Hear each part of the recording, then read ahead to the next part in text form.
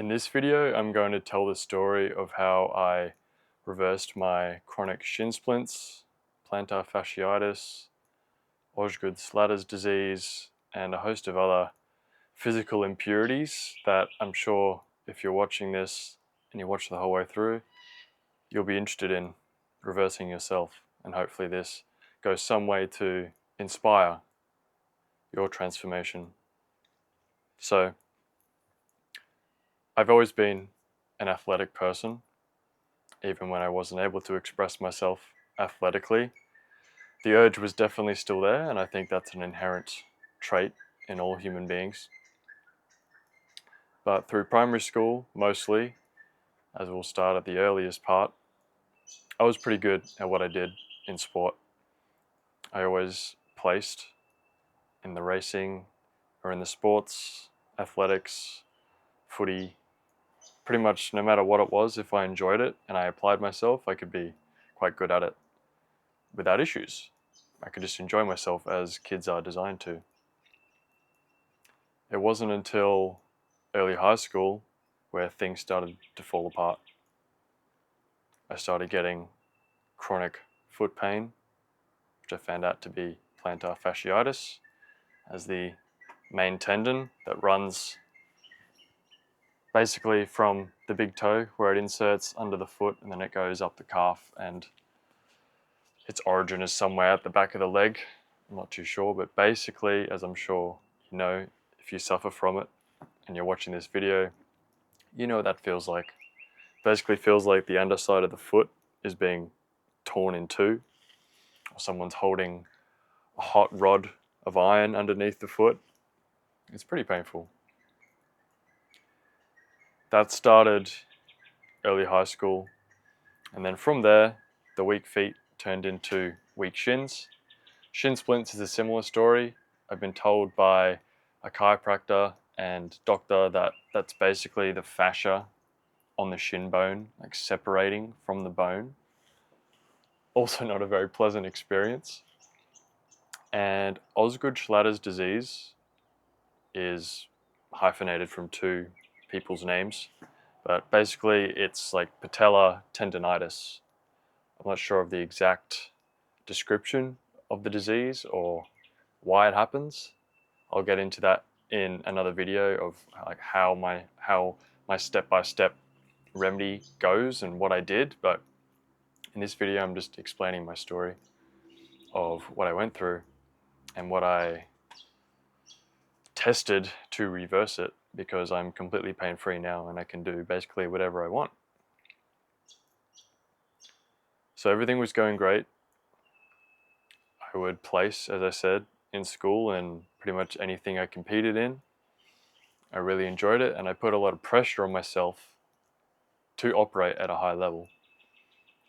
I also did athletics outside of school on the weekends for several years, but towards the end of it, I had to basically pull out of most events, if not everything, or be extremely selective with what I competed in, because my body just didn't have it in it to sustain the amount of intensity that athletics demands, doing everything from shot put to triple jump to a 1500 meters sprints all in one day. I remember towards the end of my athletics career, my little athletics career, that I had to be carried off the track at the end of a race, which I'm not sure how well I did.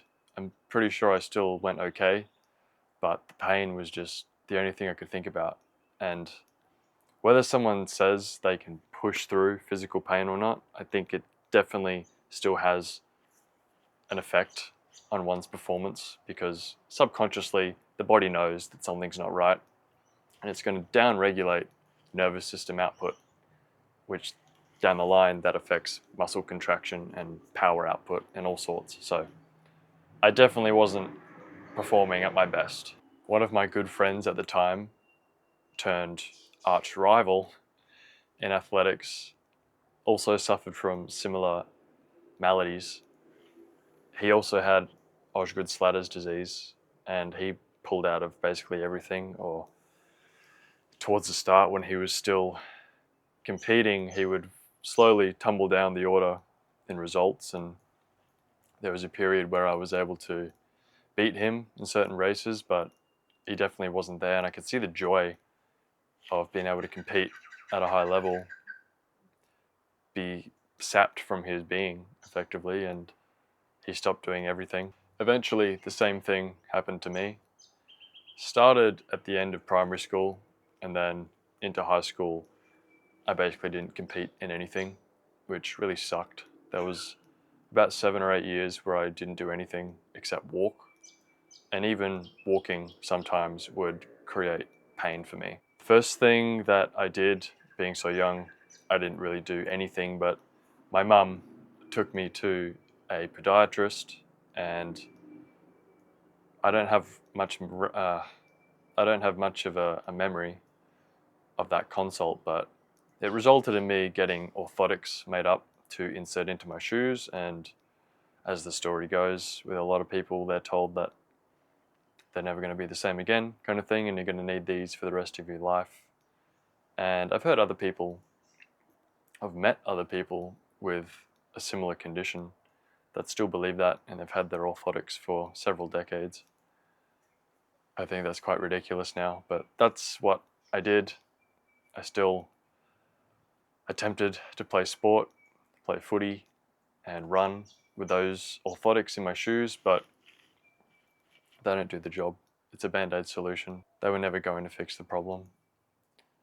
The other thing I was doing was taping my patella tendon before I would do any sport, and being a young boy going through puberty, I started to grow hair in that area, and then that became extremely painful, ripping the tape off. So shaving came into the equation, and it just wasn't something that I wanted to sustain. So the process basically just became me tumbling down the order myself in results, and as I started to grow, things started to shift and get pushed further out of balance. The joy, or my joy, was sapped from me also, as I could no longer compete or beat kids that I would normally eat for breakfast, metaphorically speaking. And I really had to search for joy in movement. High school rolls around, and I can deal okay in the early years. I don't think, looking back, it was a completely sequential or linear process. I think there were up days and down days for sure. It really depends on the intensity and the volume of my exercise, but it was definitely more of a downward trend than an upward one. So from year 8 onwards, it was pretty bad. Year 9, end of year 9, I think I stopped playing footy, and that was the end of everything physically for me. I still had a paper round job in my local neighborhood, so I'd be running a few kilometers once a week. I don't remember having any issues with that, but it still wasn't comfortable. And that was all I did for several years until after the first lockdown in my home city lifted during COVID. I started Brazilian Jiu-Jitsu, which is obviously completely different to athletics from a physiological standpoint, the requirements. But nonetheless, I felt confident enough in my body to try something different. This is before I'd made any other lifestyle changes. Although I'd experimented with a few diet shifts throughout those years prior, I hadn't fully made the commitment to a different diet like I have now, which has ultimately resulted in everything reversing itself, along with me implementing different training modalities and ways of stretching, also changing my footwear. Those things have really helped. Looking at the whole picture, looking at it holistically, as the saying goes. So I never really ran for fun. It was always to compete, training for something, whether it was athletics or for school. Most of the time, the event itself was the training. I would do things so much differently now, going back. implementing what I know now. Maybe my future son can reap the benefits of that. But I've only just now started getting into recreational running, as the feeling of being able to run and move pain-free is something that I can now say that I own, and it's really up to me to choose what I want to do athletically. I get to choose how I want to express myself in that capacity. So a few times a week, I've been a bit lazy at the moment due to family circumstance, but I go out to the oval and I do sprints. Sometimes I do interval training. Other days I go for longer runs.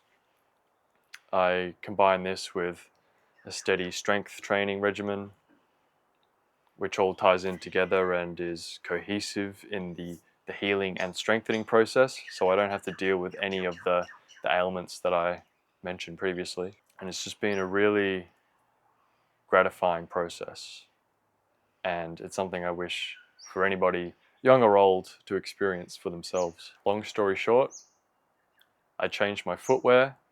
I was able to throw away the orthotics. I stopped taping my knees. I started strength training and stretch training in the right way. Oftentimes those things are the same, which I can talk about in a future video. The biggest ROI thing that I did was change my diet and lifestyle. Just to give you the basics, nowadays I only eat whole, fresh, ripe, raw organic plants, mostly fruit. I eat a low-fat, fruit-based, raw vegan diet. Nothing else. This drastically reduces inflammation. My protein intake is minimal but sufficient for doing everything that an athlete and a regular person needs to do. And as a result of that, I have minimal aches and pains all the time. I feel completely different when I wake up in the morning. I know when I go for a sprint or I walk up a hill or do anything like that, jumping up and down, skipping, that my body is going to hold up and it's not going to fail me like it did in the past. There's also a mental component to all of this where the trust must be rebuilt, because there was a time where I just knew that anything I wanted to do was going to result in pain and me having to give up and embarrass myself. I'm at a point in my journey now where I'm faced with choices of, it's really up to me what I want to do with my body, because the options are endless now. And me leaning in to that expansion is the next chapter, because there was such a long time where I wasn't able to do anything. Jiu-Jitsu was the start. It's been a few years since I started, and it's been a few years since I stopped. But the next step is progressing my athleticism in different ways of old and ways that I'm yet to explore. So I'm excited to share that with you and my strategies for doing so. So if you found this video insightful and helpful, there'll be a link somewhere around this video to link you to my step-by-step video on the exact route and steps that I would take to reverse my chronic pain, whether it be plantar fasciitis, shin splints, Osgood Schlatter's, shoulder pain, back pain. I also dealt with those. I'll quickly touch on a few other injuries that weren't as potent, but tell the story a bit better nonetheless. During my gym bodybuilder phase, I tore a rotator cuff, and I also had a pretty serious back injury, which still gives me niggles from time to time, but it's much better now, and I have strategies for mitigating that pain. So if you're dealing with anything like that, I know I can help you. There'll be a link to that video somewhere, but for now, thanks for watching.